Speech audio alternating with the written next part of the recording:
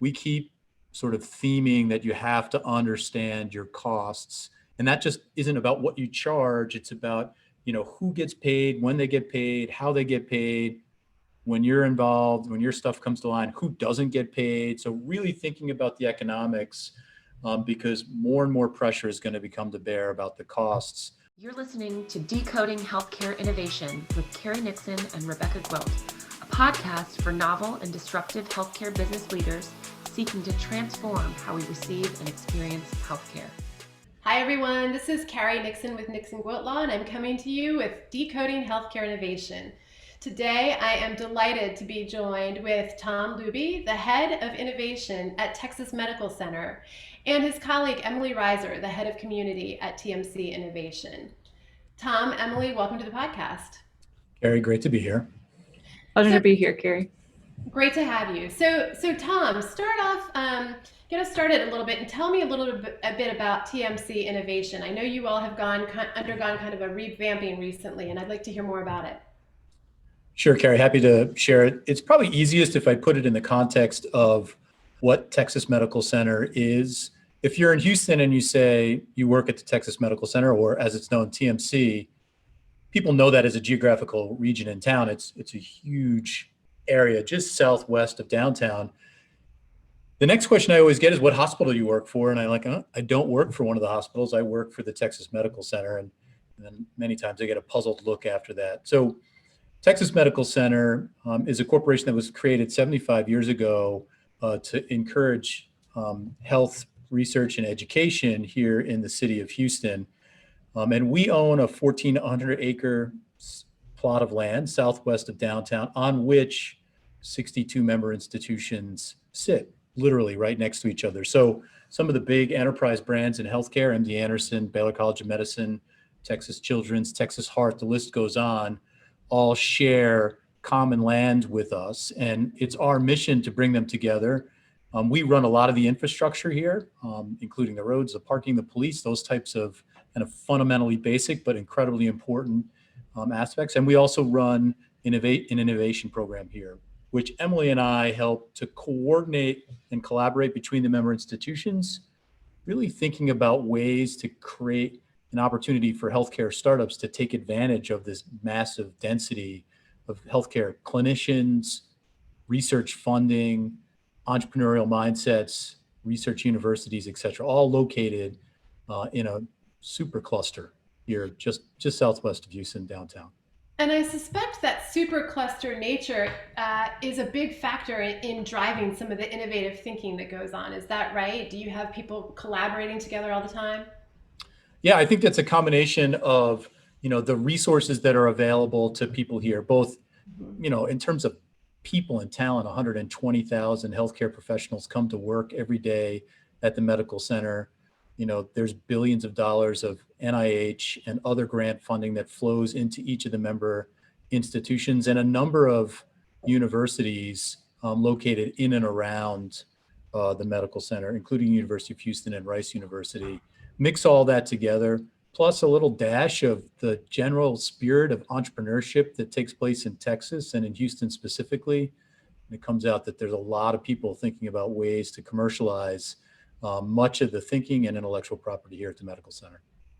Absolutely. And in fact, isn't TMC the largest medical center in the world? It is. You are absolutely correct. In fact. Okay. Well, I didn't know that actually before you and I spoke just before the podcast, and that really says something about sort of the breadth and depth of folks that you have working there. So talk to us a little bit about the role of early stage companies and startups at TMC Innovation. So at TMC Innovation, we're really looking to support our member institution partners, understand what are their priorities and what are their needs. We can have this information accessible to us and then leverage that information to go out and recruit the highest quality of startups that are well matched to those needs. Because we've built these relationships over time, we can help these companies translate what they're working on to be well suited to our health system partners. We can really understand who's gaining traction across different health systems and who's really able to scale in the digital health space, which is a big challenge that investors and other partners are really trying to better understand in this environment. So for us as TMC Innovation, being able to bridge that divide between the healthcare startup and the health system is really what we're here to do. Once we find companies that are well suited to the needs of our member institutions, we wrap around a lot of different support for them, access to resources, advisors, and mentorship to help them be successful. Terrific. And how do these startup companies find you? Is it just your reputation and they apply to become part of TMC Innovation? We have several programs that open applications at which we open to the entire community. We certainly do leverage recommendations from our trusted partners. Those recommendations come from the health systems themselves, from our advisor community, investor community, and all of the other mentors that support our programs. So it's certainly a combination of looking to attract the best talent from around the world, and then also leveraging the relationships with trusted advisors that we've built over the last 6 years. I would add that, we have a venture fund that we help administer as well. And, the funding is incredibly important for the startups, but the connectivity back to other investors that, that we've co-invested in startups allows us to gain insight to what their interests are and obviously other startups that might be interesting to us to invest in. Plus, we've established 3 international programs. So we recruit startups directly from Australia, from the UK, and from Denmark through our BioBridge program. Gives them a great opportunity to have a unique place to land for the first time in the United States because of the density that we have for potential, obviously insight, but customers from their perspective as well. Absolutely. So what stage are these companies, these startup companies, typically at when they get to you? Are they very early on, or are they, are some of them in a much later stage of early stage, so to speak? Yeah, they can be pretty broad in terms of their stage. We run a biodesign program here where we recruit individuals, so talented individuals from around the world to come and go through the needs finding process of biodesign and then launch a company around a solution that they've come up together. So, these are people, not even companies. So that's like, in the pre-plasma stage, if you will, Right. all the way to, companies that come into our health tech accelerator, for example, looking for the opportunity to engage with an enterprise customer here at the medical center. So, sometimes they'll certainly be through Series A, sometimes Series B funding with relatively big teams and enterprise sales experience under their belt. So we feel like we have an opportunity, the types of engagements that fit for early stage through later stage. That makes sense. And I also really love the notion of uh, building a solution around a problem first, right? Not necessarily starting a company and figuring out the solution, but having a customer in the form of a health system say, here's a problem that we're struggling with. Can you help us come up with a solution to address it? That seems like a no-brainer way to get a company started. Yeah, it really creates great differentiation for us. If people think about, different opportunities as a startup, where you could go, especially in the world of healthcare accelerators, which one you might want to choose. We're very selective about the companies that we work with. We have to feel like we can be helpful to them. We really want to drive a value inflection point for them, and that customer first, understanding the customer need, and then matching that up with a startup creates a really wonderful dynamic right at the beginning that allows them to get early traction and usually a productive time spent with us. Terrific. So I'm hearing we have an accelerator component and we have a venture component as part of this overall ecosystem. How do those two interplay? Is it always the case that the venture fund makes an investment in one of the accelerator companies, or how does that work? Yeah, the two are work closely together. All of our programmatic pieces work together because we're a team of 14. So there's not a lot of mysteries when we talk about different startups. But we use our accelerator programs as diligence vehicles. for investment. That's for sure. There's nothing like 6 months of in-person diligence to get a better sense of whether or not it makes sense to invest. Our venture fund isn't limited to just TMC innovation programs, though. There's the opportunity for healthcare companies to come to us, and then for us to get to know them in more traditional routes as well. But it certainly helps when you're thinking about investment to know the individuals that are behind the companies, to know the entrepreneurs themselves as well as you can. Gives you great comfort when you think, and additionally to know that there's the potential for some sort of strategic relationship before you write a check. Absolutely. It seems to me that the ability to get to know the team and how the team sort of functions and works over the course of, as you say, 6 months really gives you some good insight as to whether or not this company is going to be likely to succeed. And in addition, sort of how receptive they are to feedback, right, through the process of working with them in the accelerator. I know with some of the clients that we work with, you have some who are very receptive to feedback and some not so much. But tell me a little bit more about how you engage with those companies and those founders. Yeah, so we are really seeking to understand what their intention is in the Texas Medical Center environment, and yes, how adaptable they may be to feedback, not just from our team, but from all the experts that we bring in to support their strategic development while they're here. So it's certainly our intention to curate a plan customized to each startup that's reflective of the goals that we hope to reach with them while they're here. But we certainly have a range of success stories, and it's really tied to how receptive those founders are to the feedback and iterating on that as they move forward throughout not only the program, but beyond. Yeah, we really love curious people that come here and ask us a lot of questions, really trying to understand the different systems that we have, our corporate partners. That makes for not only probably better relationships and more engaging conversations, but better chances of being successful at the end. Like if you come and tell us you know everything and just like make introductions, we're a little less convinced that you actually probably do know everything. Curious people tend to be more successful in our minds. Yeah, if they believe they know everything, it's like, well, what do you really need from us? Then you got it covered, right? Very true. Yeah, so you have this network of advisors as you talked about, sort of wrapping around the early stage companies that you work with. What types of advisors do you all have as part of your network? Well, it really ranges. So we have a lot of startup founders in our community, some who've gone through our accelerator in the past and look to provide valuable mentorship back to our community, and others that have been a part of this for the last several years as well.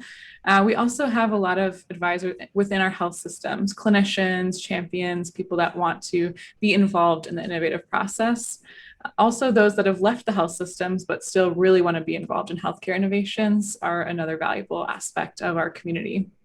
Beyond that, of course, we have different service providers and expertise from regulatory reimbursement and beyond that really look to provide both strategic guidance and then sometimes frameworks by which the companies can move forward. So we really take a look at it holistically, but really centered around former founders as well as those with health system experience. So how do you define success for a company that is part of your portfolio? Yeah, that's a great question. We were just, it's funny, we always tweak around a little bit of how we tell our story because it's a unique place, right? We have all these member institutions, yet we're not a hospital ourselves. We are engaged with member institutions and corporate partners. We do some biodesign work. We have a venture fund. We run a couple of accelerators, and it can get a little bit confusing. It's like, wait, what is all of that, and why do you need all that? So we tend to tell our story through the eyes of companies that we've worked with before. We talked yesterday a little bit about Trusted. So Emily, maybe that's a good story to share here. It tells a little bit about how they've been able to take advantage of the different offerings that we have for startups. Yeah, absolutely. So, Trusted Health is a nurse staff management platform. So, certainly a high area of interest right now across health systems across the country and the world.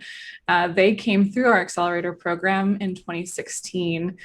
We ended up investing in the company in 2018 and 2019, particularly because they had been successful in acquiring a customer here in the Texas Medical Center.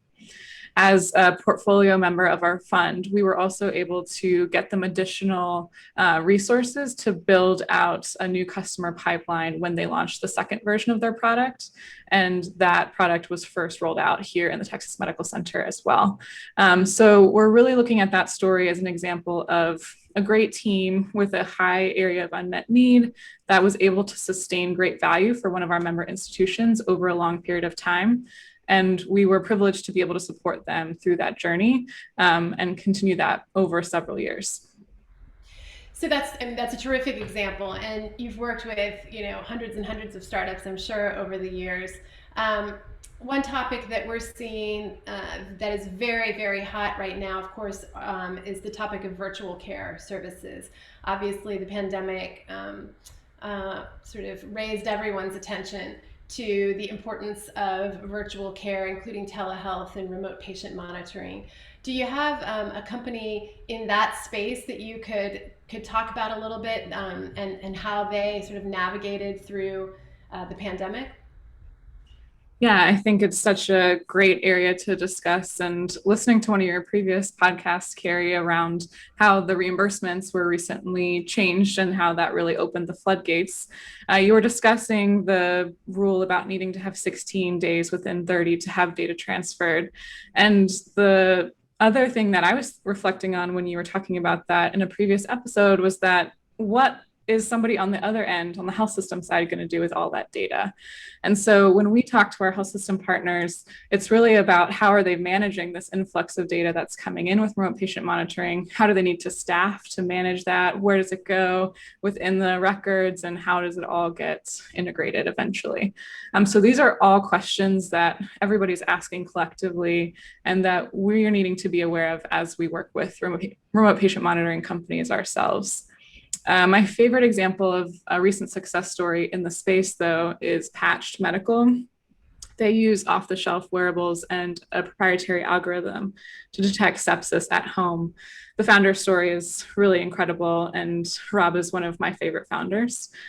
So this company had developed these algorithms already and tested it on retrospective data, but coming through our accelerator 2 years ago, was able to establish a relationship with one of our member institutions and only recently started the first prospective study of detecting sepsis at home on our campus.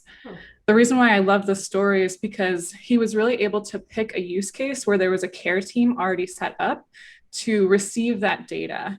And now patients are going home with this device and potentially having this life-saving data transmitted to the hospital and that care team directly. And that workflow is, of course, still being worked out through the study, but has really been a key area why I think that company was successful at launching that collaboration so far. Yeah, I mean, you mentioned workflow, and it's really important to emphasize, workflow as a component of how any type of digital health or other healthcare innovation company is working with folks on the ground, whether it's the providers on the ground or the patients on the ground or both. There are operational workflow issues that result from the use of any kind of technology like this, and it's really critical to take those into account, because you can have, I think, the best technology in the world, and if it doesn't appropriately fit into an easy to use workflow for the providers who are treating the patients, it's not gonna be of use, right? Yeah, it's a great point. And one of the things that Emily mentioned before is, like, we like to tap into some of our entrepreneurs and founders who've been through our program and have successfully launched into the enterprises, to have them feed back some of those lessons to our earlier stage companies as well, because companies get tripped up on that all the time. Absolutely, I see that as well. So I want to ask you two more questions before we wrap up. Tom and Emily, quick one from each of you. what is the most pressing issue that you see over the next 3 years for healthcare and healthcare? Well, I mean, I think that the easiest one is the cost burden that healthcare just generally is driving into society, and how we're going to manage that. You start to see in single payer countries the capitation of costs because you just can't afford it. And with some of the new therapeutics that are coming forward, they'll add additional costs.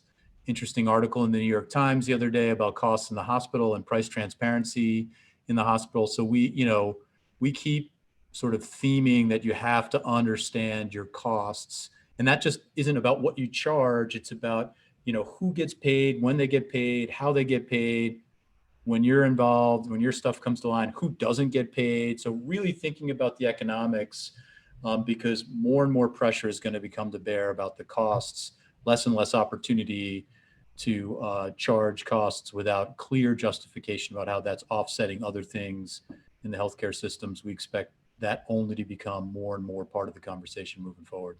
Yeah, I agree. And along those lines, sort of the longer term longitudinal data around the overall cost, the longer term cost of care, right? So not just the cost sort of at the point of care and at that time, but how does that cost at that time influence the longer term cost of care? Yeah, that's exactly right. So if we're going to eat the cost now, like how are we saving costs on the back end? That's going to be all involved, in outcomes and other efficiencies. And technology's got an important part to play in that, and we're excited about the potential. A huge part to play, and there's also a little bit of a mind shift involved. I think, in particular, sometimes on the behalf of providers who, in a fee-for-service world, we haven't had to look specifically for the longer term cost of care. In a value-based world, that's what it's all about, right? Agreed. All right, Emily, you. For me, I think it's really about access to care, and it's a big umbrella, but certainly been a big area of focus over the last year, especially. So thinking about things like telemedicine seemingly opens up access to care, but what about for communities that don't have internet access or digital literacy? Or what about mental health? How can we expand access to mental health and other primary care practices where we're going to see not enough clinicians to meet the demand? So how are we and how are health systems thinking about access to care, ranging from everywhere from getting patients access to internet through the new digital front door and kind of patient as a consumer type of technologies that are really starting to become mainstream. So I think access to care holistically and the way that we all think about accessing our own healthcare is going to change dramatically over the next 3 years. Couldn't agree more. All right, Tom, before we go, tell us what's next for Texas Medical Center Innovation. Yeah, well, we have big projects ongoing here at TMC, generally Texas Medical Center, not just innovation.